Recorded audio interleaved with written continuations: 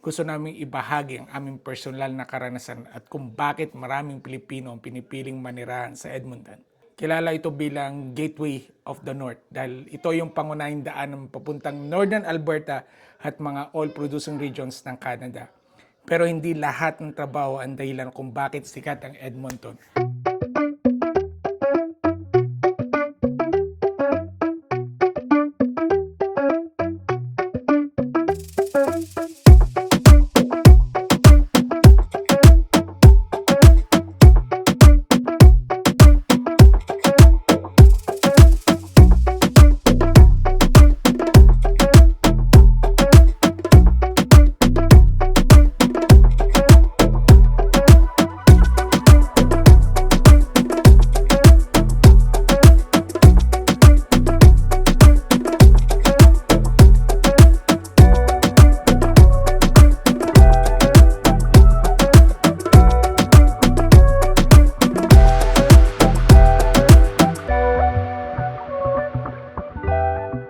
Kumusta mga kapamilya?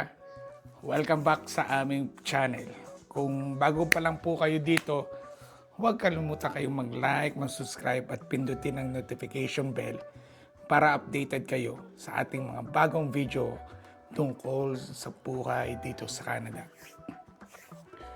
Sa video nito, pag-uusapan natin ang isang lungsod na madalas na minamaliit ng iba pero napakaraming may aalok, ang Edmonton, Alberta.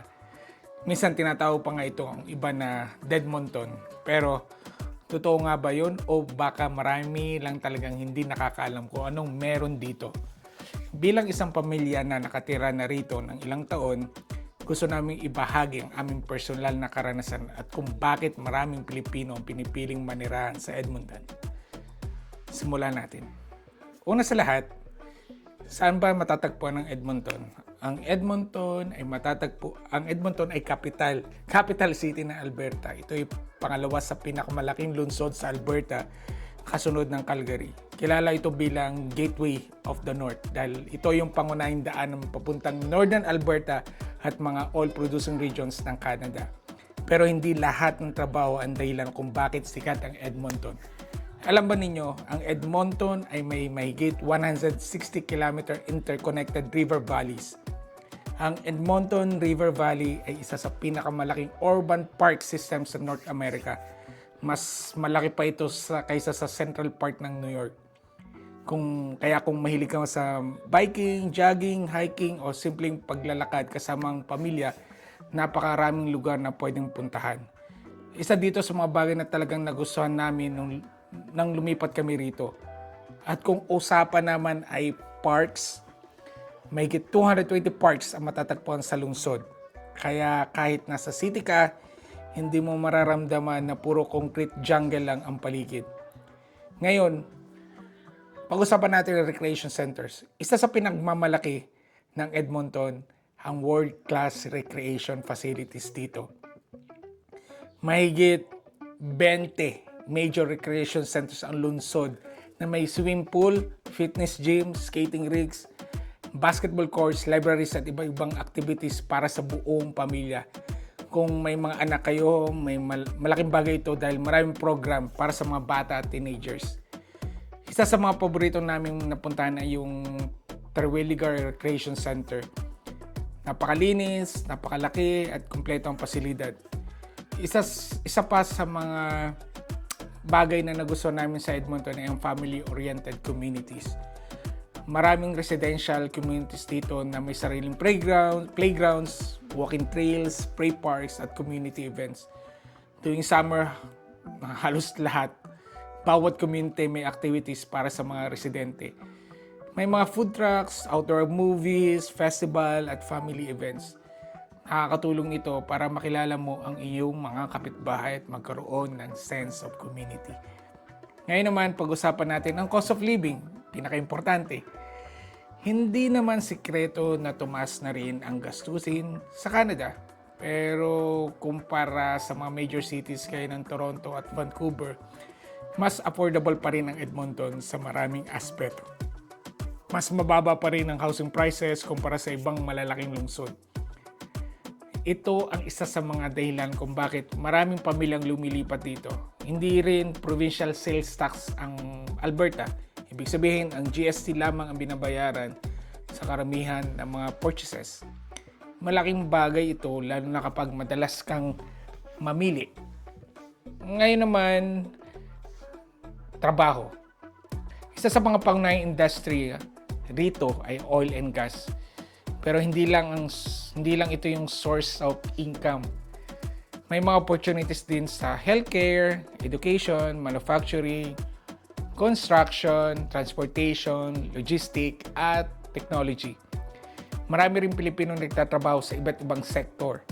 Kaya para sa mga bagong dating sa Canada, isa ang Edmonton sa mga lugar na madalas nilang tinitingnan para makahanap ng opportunity. Pero syempre, hindi lahat perpekto. Pag-usapan natin ang mga challenges dito. Una, ang winter. Kung galing ka sa Pilipinas, malaking adjustment talaga ito. May mga pagkakataon na umaabot sa minus 30 o minus 40 degrees Celsius ang temperatura. Kaya ang mahalaga, tamang winter clothing. Pero, ang magandang balita, sanayin lang talaga. Pagkatapos ng isa o dalawang winter, mas madali mo namang ma-adjust ang klima. Pangalawa, ang public transportation. Bagamat may bus at LRT system ang Edmonton, mas convenient pa rin na maraming lugar ang may sariling sasakyan. Lalo na kung nagtatrabaho ka sa mga industrial areas o malayo sa city center. Ngayon naman, pag-usapan natin isa sa mga pinakasikat na attraction sa Edmonton, ang West Edmonton Mall. Ito ang isa sa pinakamalaking shopping malls sa North America before. Hindi lang ito simpleng mall, may water park, amusement park, mini golf, skating rink, restaurants at dandaang stores. Kahit buong araw ka rito, parang kulang pa rin ng oras. Isa sa mga dahilan kung bakit masayang Edmonton ay ang dami ng festivals. Kilala ito bilang Festival City. Sa buong taon, may iba't ibang events para sa lahat. May cultural festival, food festival, music festival, at marami pang iba. Kaya kahit sabihin nilang boring ang Edmonton, marami talaga activities kung marunong ka lang maghanap. At dito, papasok madalas naming marinig. Boring daw ang Edmonton? Sa totoo lang, depende yon sa tao. Kung ang hanap mo ay malaking city, lifestyle, tulad ng Toronto, Vancouver, iba pa rin ang expectation mo. Pero kung gusto mo ng mas tahimik na buhay, magandang komunidad, mas affordable na housing, maraming parks at family-friendly environment, napakaganda ng Edmonton. Para sa amin bilang pamilya, isa ito sa mga dahilan kung bakit masaya kaming nakatira dito. Hindi man ito perpektong city, pero marami itong may alok. Sa bawat taon na lumilipas, mas lalo namin na-appreciate ang Edmonton. Kaya para sa mga nag-iisip na lumipat dito or curious kung anong buhay sa Edmonton, sana nakatulong itong video na ito. At para sa mga nakatira na rito, anong paborito niyong bagay tungkol sa Edmonton? I-comment nyo sa baba. Maraming salamat sa panonood mga kapamilya. Kung nagustuhan yung video na ito, huwag nyo kalimutang i-like, subscribe, i-share ang aming channel. Hanggang po sa muli, God bless po. Mag-iingat palagi po kayo. Bye.